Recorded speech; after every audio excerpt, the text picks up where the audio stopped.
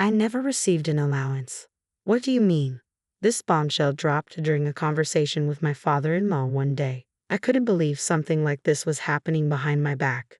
My name is Emma, and I'm 29. I've been living with my husband John since we got married 4 years ago.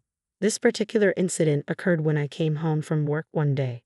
My usually late arriving husband was already home. I sensed something was off just by looking at him. Cans of beer and highball drinks were scattered all over the floor, and his face was flushed red. "Whoa, John, what's going on?" I rushed over to him. "Enough, I can't take it anymore," he snapped. "What do you mean? You can't take what? And since when do you drink this much?" "That's my business, darn it." His words came out slurred and harsh. John complained about his company constantly, bad-mouthing his boss and colleagues. Something must have gone wrong at work. Trying to calm him down, I said, "It's been a tough day, huh? I'm making your favorite stew for dinner tonight. Let's eat together." Despite my upbeat attitude, his facial expression remained unchanged. In fact, he seemed even more irritated. My husband kept drinking, so I decided to speak up. "Hey, John, are you okay? You have work tomorrow. Maybe you should get some sleep," I suggested gently. He let out a big sigh. "I'm done, Emma. I'm not going to work tomorrow." "Not going to work? What's going on? Did you get into a fight with your boss?" I probed further. "No, I simply got fired," he muttered. "Fired? That's too abrupt." "Why? What happened?" I was taken aback. "Don't ask me. They just told me out of the blue. I don't know if it's poor management or cost-cutting, but honestly, I'm done with that place." "I feel relieved now," he said with a mix of resignation and bitterness. To be honest, I was anything but relieved. We could afford our current home because both of us were working. Expenses for groceries, bills, and even money sent to my father-in-law and mother-in-law. We relied on both incomes. Now, with John fired and seriously drunk, if he doesn't find a new job, we won't be able to continue supporting his parents. With that thought weighing heavily on my mind, I decided to contact my father-in-law when the time was right.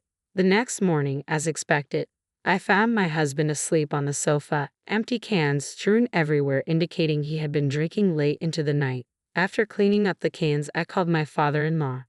"Hello, is this father-in-law? Sorry for calling so early." "Oh, Emma, what's going on?" "Well, it's hard to say, but John was suddenly fired." "John got fired? Is this for real?" "Yes, he mentioned something about poor management and cutting personnel costs. It's sudden." As I explained the situation to my father-in-law, I felt terrible. After all, it was thanks to him and mother-in-law that my husband had his job. Ever since we got married, he was addicted to slot machines. In the beginning, I had no idea about his gambling habit and cheerfully saw him off to work each morning. I had always assumed he was genuinely working hard. But when I noticed a tobacco smell coming from my husband who never smokes, I instantly felt something was off. I confronted him right away. He defended himself, saying he started smoking due to stress. "No way, you used to hate smoking so much." My husband's behavior kept getting stranger by the day. The kind and gentle man he once was seemed to disappear, replaced by someone increasingly volatile. One day, he stopped hiding the fact that he was going to the casino. Even worse, he started pouring his entire salary into gambling savings. He didn't care about skipping work anymore. All that mattered was whether he won or lost that day. "Hey, are you really not going to work anymore?" "Shut up. It's none of your business. I'm using my own money, so stay out of it." He rudely dismissed me and hurried out of the house. As always, he came home after losing all his money. When he hit rock bottom, he even asked me for money. "I'll double it and pay you back. Just lend me $300. I'm telling you, tomorrow is going to be good." You can't keep borrowing money when your husband is in trouble. His character keeps changing due to gambling. The gentle husband I once knew is long gone. Eventually, he started borrowing money just to gamble. I finally lost it at this point. "Wait, what are you doing? Borrowing money to play slots is absurd, don't you think?" He doesn't show any sign of remorse, no matter how much I press him. In fact, he gets defensive and blames me. "It's your fault, I had to borrow money." "What? I had to take out a loan because you wouldn't lend me money." This guy is totally addicted to gambling. If I don't stop him now, we'll go bankrupt. "Are you kidding me? I didn't refuse to lend you money because I wanted you to quit playing slots. I'm covering all our living expenses since our savings are gone, and you still blame me." Just lend me the money, I'll win at the slots and prove it. Just listen to me. Have you ever hit a big win? I don't think so. Stop chasing illusions and face reality. Stop interfering with my entertainment. I wish he would at least stay within the bounds of reason. But my husband was fully addicted to gambling. This reckless behavior was tearing our marriage apart. No matter how much I tried to get through to him, he wouldn't listen. I was starting to lose hope. Days became long as I was consumed by my worry. It was my father-in-law and mother-in-law who finally stepped in and set him straight. Do you even realize you have a family? You're racking up debt over slot machines. Apologize to Emma now. Yeah, you have an amazing wife, and you're ruining it. If you keep this up, she'll divorce you. Father-in-law and mother-in-law scolded him time and again, stressing the importance of marriage and family. Finally, he broke down and apologized. Emma, I'm really sorry. I swear no more slot machines.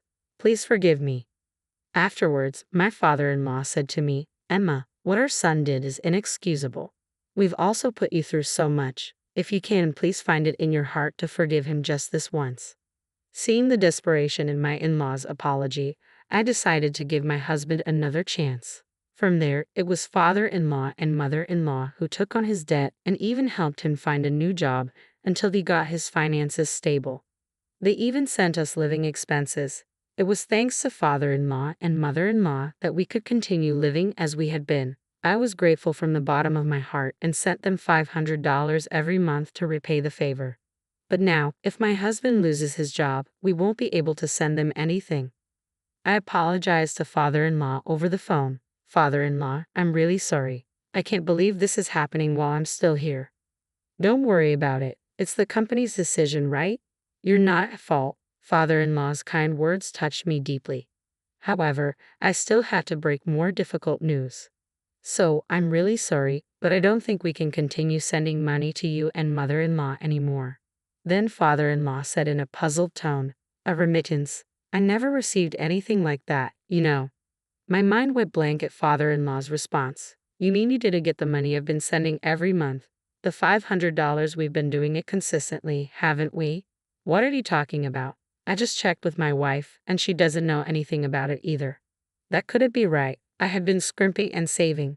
Last month, I put $500 in an envelope and gave it to my husband. The idea that it never reached father-in-law and mother-in-law. Emma, what's going on here?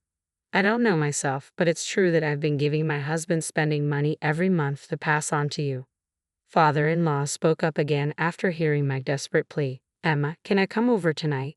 Let's keep this between us for now, okay? All right, I had definitely been giving my husband the $500. If it hadn't reached father-in-law and mother-in-law, there's only one explanation, my husband. I can't believe this. He must have been using the money for himself. Unforgivable. I'll make him confess everything, and he will face the consequences. An hour later, father-in-law and mother-in-law showed up at our house. When they walked into the living room, my husband looked surprised. Dad, Mom, what are you doing here? He was clearly rattled, and it was obvious he was hiding something.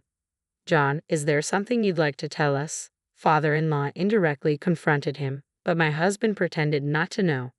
What are you talking about? Emma must be as confused as I am. Could you just leave? I couldn't take it anymore and yelled at my husband, stop using me. Just tell the truth now. My husband looked at me with wide eyes. What are you talking about? Don't play dumb. What happened to the money I've been giving you to pass on to your father and mother? I've been giving it to you every month for the past 2 years. Where did it all go? It's not what you think, Emma. There's a reason for this. A reason? To tell. Where did that money vanish to? Explain it in a way we'll understand. Go on.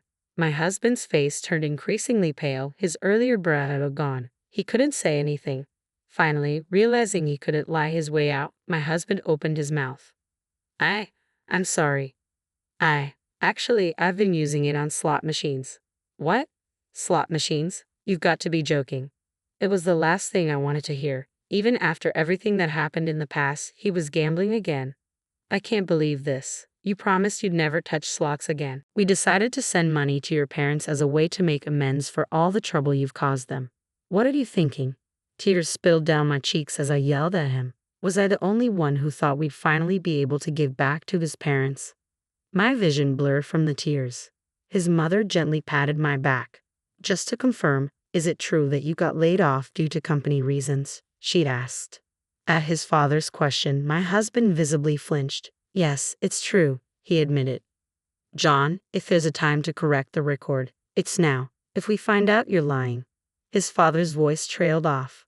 Before his father could finish, my husband hurriedly apologized. I'm sorry. The truth is, I was fired due to my poor work performance. It wasn't due to company downsizing or cost cutting. I was speechless at my husband's words, completely dumbfounded. His father-in-law quickly pressed on. What do you mean by poor work attitude? What the heck have you been doing? Actually, they found out I've been skipping work to go to the casino. My husband confessed. This is hopeless, I thought. The moment I heard that, everything felt utterly ridiculous. I had forgiven his past and decided to start fresh to support each other. What was all my effort for? Are you kidding me? His dad exploded in anger. How many times do we have to say it? Grow up and act responsibly, especially when you have a family. And yet you pull this stupid stunt again. Beside me, his mom quietly wept. I couldn't even shed a tear. All I could do was look at my pathetic husband, who just kept apologizing. Facing the enraged father-in-law, my husband kept making excuses without end. But I'll do better at my next job, okay? It was just bad luck this time. That's it. Let's get a divorce. The words slipped out unconsciously. What? Emma, divorce? You're joking, right? My distraught husband looked at me. A joke? You think I'm joking in this situation? But isn't divorce a bit extreme for this? I exploded with pent-up anger. Do you even understand what you've done? It's no different than embezzlement. My voice quivered with anger. It's too late. You've betrayed us twice. I have no confidence in spending my life with someone like that. We're getting a divorce. I can't believe this, his dad, who had been watching, nodded in agreement. We don't consider you our son anymore. From now on, we cut our parental ties. What? Wait a minute, Emma. Mom, Dad, you're joking, right? Forgive me, please. My husband pleaded through his tears. Their minds were made up. There was no turning back. I had him fill out the divorce papers right there in front of his parents. Thank you for everything. Goodbye. With my packed bags and the divorce papers in hand, I left the apartment. Emma, wait. Let's talk this over one more time. I won't do it again. I promise. Wait for me, Emma. He screamed after me the entire time, but I never looked back. It seemed his parents had the same resolve. They moved far away right after this incident, making sure he couldn't rely on them anymore. I haven't kept tabs on him since. Rumor has it the debts from his gambling have piled up, and he's in a tight spot now, apparently scraping by and running away from creditors. Hearing about his predicament doesn't stir any feelings in me. It's all his own doing. On the other hand, I've been living a fulfilling life. I still maintain a good relationship with his parents. We even meet up for meals during my days off. Marrying him was a mistake, but meeting such wonderful in-laws has become a treasure for me. Going forward, I want to give back to them as much as I can.